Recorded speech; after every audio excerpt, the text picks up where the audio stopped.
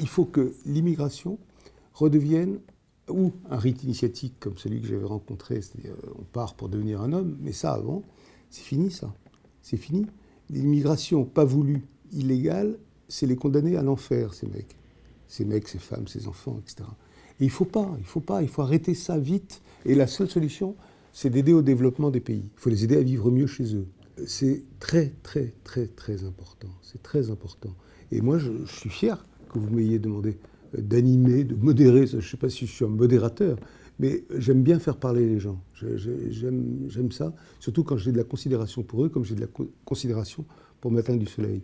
Et je le montrerai à l'UNESCO le 3 décembre. Ça me paraît très important ce que vous faites. Donc oui, c'est un honneur pour moi.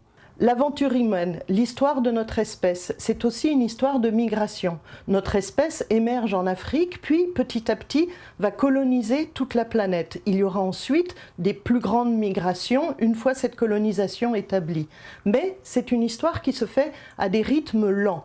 Donc on peut très bien se souvenir que notre espèce est une histoire de migration et c'est ce que je vais vous raconter le 3 décembre.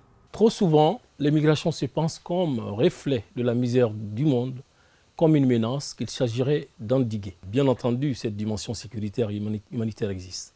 Elle prend, en Méditerranée comme dans le Sahara, un visage tragique qui touche notamment des Maliens, mais les personnes qui se déplacent et leurs mouvements ont également bien d'autres visages. Se déplacer, y compris dans sa propre région, son propre pays, voire sa propre ville, c'est aussi réaliser un projet, suivre son cœur, accomplir une mutation, chercher des compétences nouvelles, partager un savoir et un savoir-faire, etc.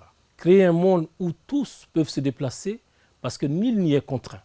Voilà le rêve que porte le pacte de Marrakech.